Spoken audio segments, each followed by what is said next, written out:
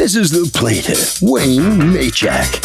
He says he gave the defendant 89 items to sell at his consignment shop, and the guy's never returned one of his calls. He also knows he sold all the stuff and is trying to stiff him on what he owes.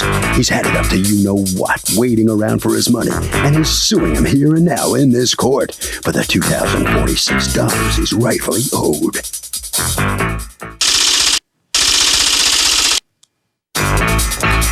This is the defendant, Scott Lipscomb.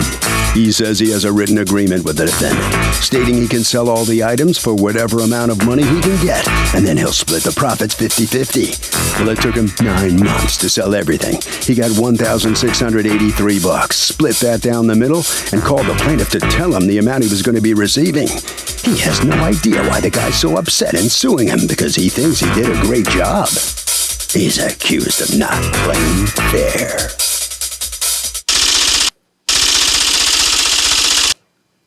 All parties, please raise your right hands. Welcome back to the People's Court. Next case on the docket. The plaintiff gave the defendant 89 items to sell on consignment and says that the guy is stiffing him. But the defendant says he did what he was supposed to do. It's the case of Consign on the dotted line. Thank you, Douglas. Wayne Maychak? Yes. You are suing the defendant's company. You've asked us not to mention the name of the company, represented here by the owner, Scott Lipscomb.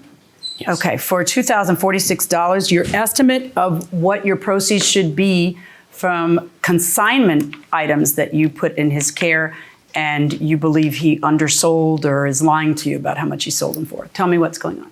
Well, I'll give you the long stories. I sold my house back in March of 2012. And because I'm moving from a colonial 2,100 square feet to a ranch house of 1,200 square feet, I was going to have extra furniture. So I got a flyer in the mail that said the defendant would be able to consign some of the items that I couldn't sell. And so I thought that was a great idea. I called him up, and on March 26th of 2012, he appeared at my house, and we went through the items. He took a first crack inventory on it, and he produced this paper. I want to bring to note that up in the corner, he wrote in there that the payment schedule would be, if less than $250 the item sold for, he would get 50%. If it was above $250, he would get 35%. Okay, so 2 questions. Neither one of you signed this? I did not sign it because it was like an initial. Did you sign something else? I signed after the items were taken out, after he came in and removed all the items. I signed that. May I see that? Yes, ma'am. And did you folks agree on minimum prices for the items? No. So you were leaving it up to him to decide what he could sell it for? That's correct. I understand how the consignment works. Is that you get a percentage of whatever it sells for. Okay. And does he have a storefront? No, I believe. Where do you sell stuff? We have a combination, mostly online, but we also work in partnership with local auction. And we also have done some through eBay as well, so online auction. Okay. So according to you, you were able to sell his things for how much? We provide a spreadsheet of an itemized list of the items and what they sold for, and it totaled $1,683, Your Honor. Okay. Show me the proof that you sold it for $1,683. Well, what we do is we do a spreadsheet report. No, I know. Spreadsheet comes from your hands. I want to see the proof of what it's sold for. If you say that you sell everything on eBay or online auctions, then you have the ability to press a button and show me what stuff sold for. Sure. You have records. Right. So where are your records? Well, we do, like I said, live auction, private sale, I heard and that online part. Do you auction. not have any records of what these items sold for? You're being sued for that. Like, why would you not have a single receipt for anything?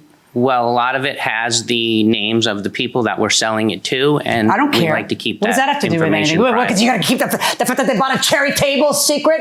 What are we now? The Verizon and the federal government? I mean, come on, this is silly. I just want to say you could block out the names of the people if they have some big privacy interest, and then just show me what you. I just need to see a little proof, because here's a problem. He thinks that you're a scam artist. He thinks that you sold it for more. You're telling me no. I'm totally ready to buy your defense evidence. I just need a little bit of something other than a piece of paper you wrote stuff on. Why would you not bring me a single receipt? I mean, he can't complain that you sold a cherry table for 40 bucks. It's up to you how much you want to sell it for, how much you think you can sell it for. But by God, you can't even show me that you sold it for 40 bucks? I mean, I just want a little proof. Sure. Who's we, by the way?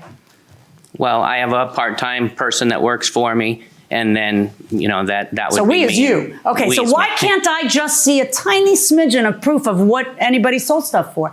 If I give you access to a computer, you should be able to pull it up, right? Well, it's not all on my computer. It's on my computer at home. That's where we gather up all the receipts. A lot of it's, I do an annual estate sale Yeah, at but my you should be able to house, go and- into your account on eBay, or you should be able to go into your account on any online auction house. You have an account number and you can access it from any computer, right? Right, but not everything's sold through that one source. So that would require me to print I out don't those separate understand. options. Why would you, this is the whole lawsuit against you. Yes. Why would you not go through the trouble of getting, if not all, some of the 89 proof of purchases, proof of sales, so that I can see that you're not lying? Well, yeah. Well, we do sign an agreement with the client, which says that he is putting his trust in us to sell these items. And I've been in business for 10 years, and I've handled over 300 estates per year. None of which answers my question. So, Right? All you got to do is show me what you sold it for. You think that's an unreasonable request on the part of the judge? No, Your Honor. I just want to know that what you're saying is true. I don't take anybody at the, like this is court. You have to have evidence. You have to back up what you're saying. You have uniquely within your power the ability to prove to me what things sold for, other than just that you type it on a piece of paper and come in and say, trust me. I mean, I want to know that you actually sold this stuff too. And how are you going to prove that you're out $2,000 something? I went through the I list. don't care that you say so. How are you going to prove it? Do you have receipts for things that would somehow, what? Because you go to a lot of garage sales, so you know. My estimates are strictly subjective. I have no. Of course it's they just are. what I see or what I see. Of course they are. If you could get $2,000 for them, you would have. That's okay. Or if correct. you could get $4,000, really, what you're saying is that was stuff worth $4,000. If you could get $4,000 for the stuff, you would have. Okay. This is used stuff. Some of it very old. You raised a family in that house. How long were you living there? 25 years. Yeah, exactly. I know how much my 25-year-old stuff will go for. Mm-hmm. Like, I'll pay you to get it out of my house, kind of stuff. So the defendant's saying, hey, I can't really show you, Judge, anything from eBay because it's confidential stuff. You buying that? No, Why? you should be able to show it. Well, yeah, he doesn't work for eBay. Is this a scam? Probably, yes. I mean, would you bring the proof of what you sold it for to court if you were being honest and nothing to hide? Yeah. That's what I think too, going inside the courtroom. How are either of you going to prove how are you going to prove your defense? How are you going to prove your case? So now you handed him a check for how much? Or you mailed him a check for how much? I have not settled up with him yet because he protested from the beginning. That's correct, yes. All right, and he offered to send you a check for how much? Your Honor, I haven't heard from him from October of 2012. Oh, he never offered to send you anything. Nothing. After you sued him, did he call you? Here's an email dated October 25th in which he said, thank you for your patience thus far. We worked through remaining items and I'll be back with you shortly. And then what? That was October 25th. And then this is the first time I've seen him since then. Or Oh had my contact. goodness! So That's my point. right. And so what efforts did you make since October to reach him? Did you call him, leave messages? I was calling him since asking for statuses since a month. No, but after October, that email. I emailed him one other time in January 9th. And said what? And I said the same thing. Can you please give me a status on this? And then your response was Nothing. nothing. I heard, and I've also sent him certified letters in March saying that I'm going to take legal action. Just give me a Did you a hear a status. response? No, I did not. Okay. They were After signed for. After you sued him and he got served, did he call you? He did not.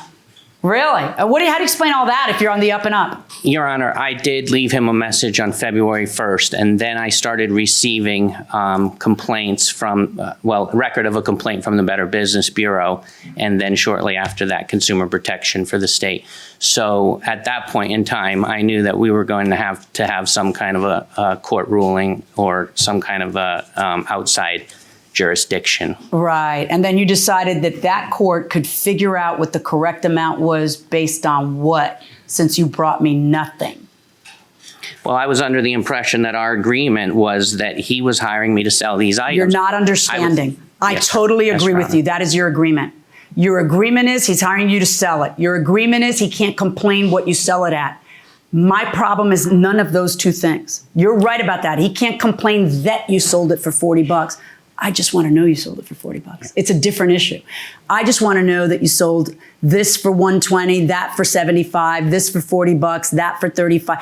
I just want proof that you said. I don't understand how you walk into court without a single receipt. And if you're selling it at a flea market or something, I understand. But according to you, you're selling it online, which means there's an automatic record of absolutely everything that you sold. And you've brought me 0 of the 89 to show what you sold it at. Because what I can't have is you taking people's property, claiming that you made less so that you can shortchange them. That's the only thing we're here about.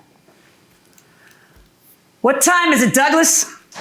Feeling a little rough, Justice. Are you feeling it? Real. How does it start? With a little grumbling in your rough. belly? A little bit, yeah. That's the start. Yeah, a of it. little nervous tickle? Tickle.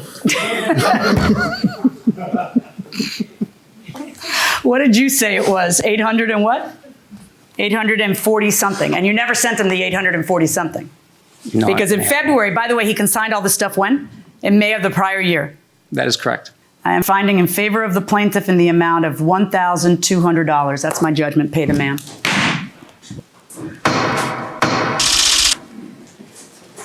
So come on out here. A little rough justice goes against you. What's Yes. your reaction? And no receipts, no records of sales, nothing? What kind of business is that? Well, we've been running successfully for many, many years this way. This is the way the people are typically satisfied. But to the judge's point, yes, I should have been better prepared and had those receipts with me, the actual printouts. Well, you're going to change the way you do this sales business in the future from Yes, now on? What are you I'm going to do gonna- differently from now on? I'm going to start providing actual customer receipts along with the spreadsheet and just keep more detailed records going forwards to avoid this happening again. All right. Good answer. Right around the corner this way. All right, so good thing for you that Officer McIntosh's stomach rumbled a little bit.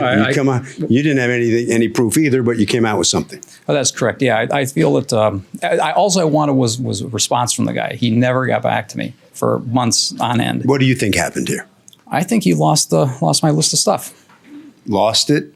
Something happened. Right. He has my stuff, but he has no inventory. Do you think he sold your stuff for more than he's trying to? No, I don't No, think so. you don't? No, I just feel that if you pull that kind of stuff off, in years back in the day, I think something else could have happened if you didn't pay what you're supposed to pay. Harvey?